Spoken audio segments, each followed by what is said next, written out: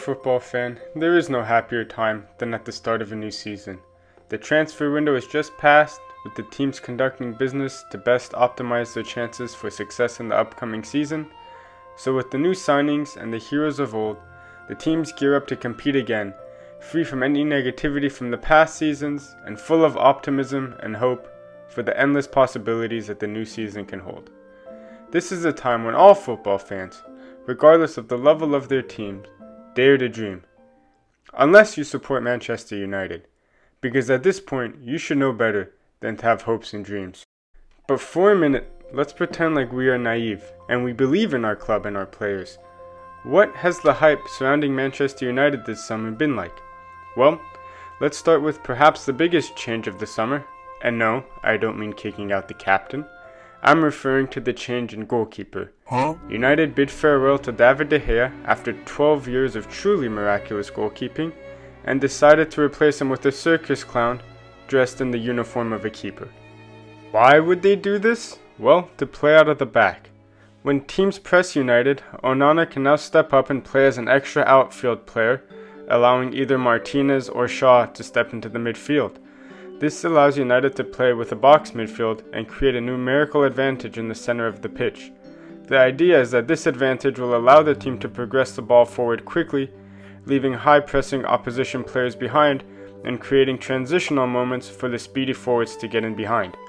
Alternatively, Onana himself could bypass the midfield with a direct long ball over the top, as he supposedly boasts a wide range of passing. So did this work? Absolutely not. First off, who the asks Luke Shaw to step into midfield to carry the responsibility of distributing the ball? Second, the team is just sloppy. United only ranked 10th in terms of possession and pass accuracy out of all the Premier League teams on match day 1, and only managed to put together a whopping average of 4 consecutive passes before each turnover, for which they actually ranked 5th in most turnovers off poor first touches and 4th in players dispossessed while dribbling.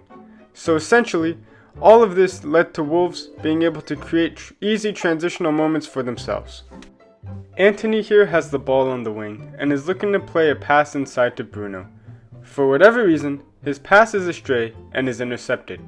The ball falls to Neto for Wolves, who has space and time to turn, as none of the United players near him seem interested in closing him down.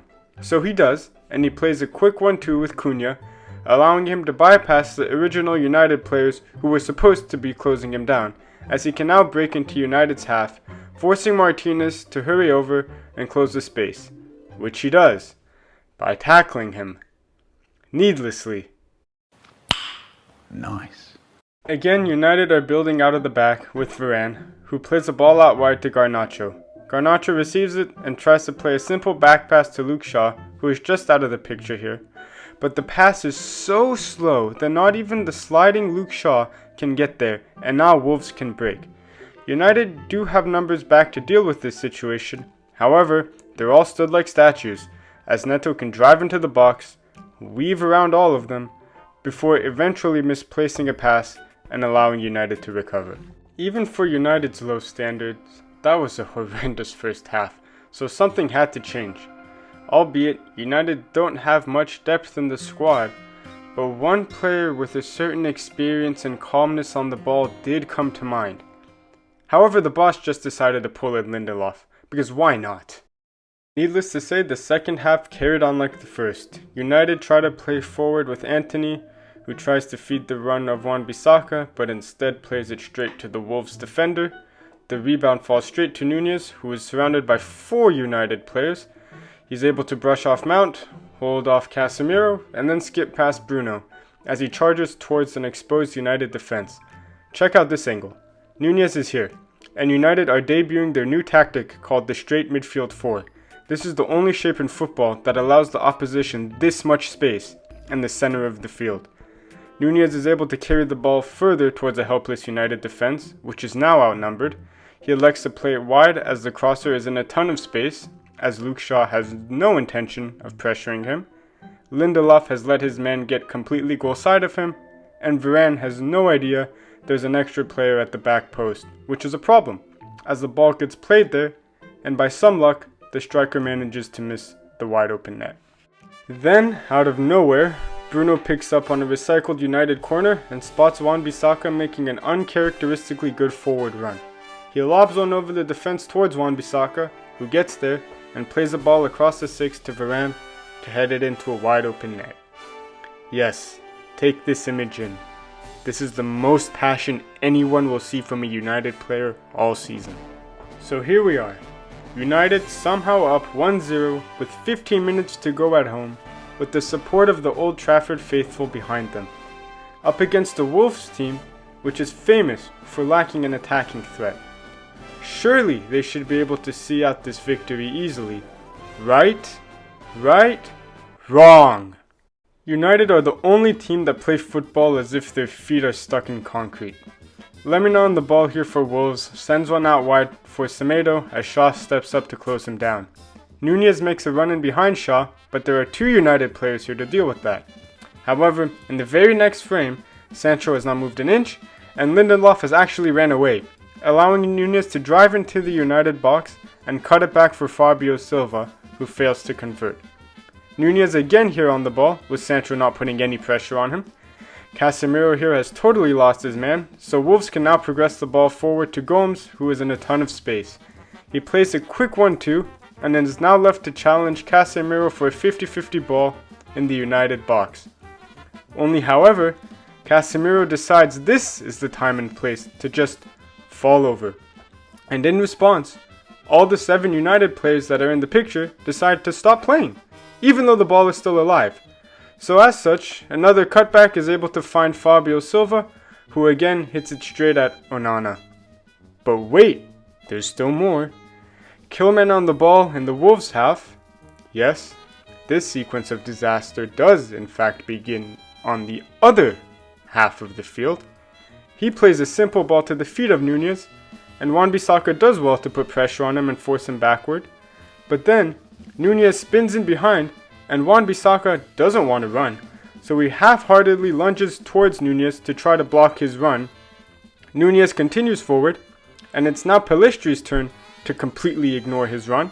So when Nunez does receive the ball over the top, the two clowns that were supposed to be marking him are totally behind the play.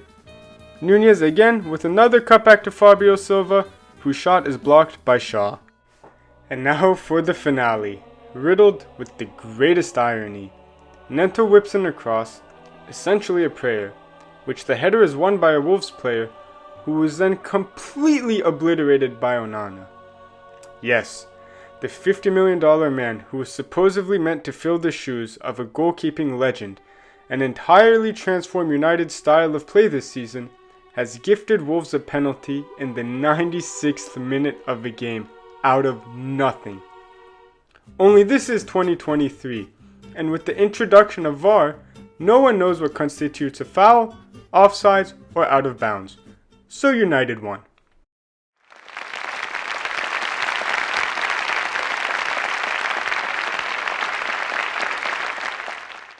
Since Sir Alex Ferguson, the biggest problem at Manchester United hasn't been the coaches and their tactics, or a lack of talented players, but rather a lack of players with the passion and desire to win a football game. This game was the same. Wolves, the underdog away from home, who had lost so many key players this summer, and even had their manager resign 5 days before the match, came into Old Trafford and gave everything to win. And it's even shown by the match stats. Hypothetically, a lot of United's problems could be solved by a simple shift in mentality, but it needs to happen fast, as United play Spurs this coming Saturday. If the players show up with the desire to run, tackle, and compete, United always have a chance of winning any given football game. Surely that's not too much to ask for from professionals. Surely.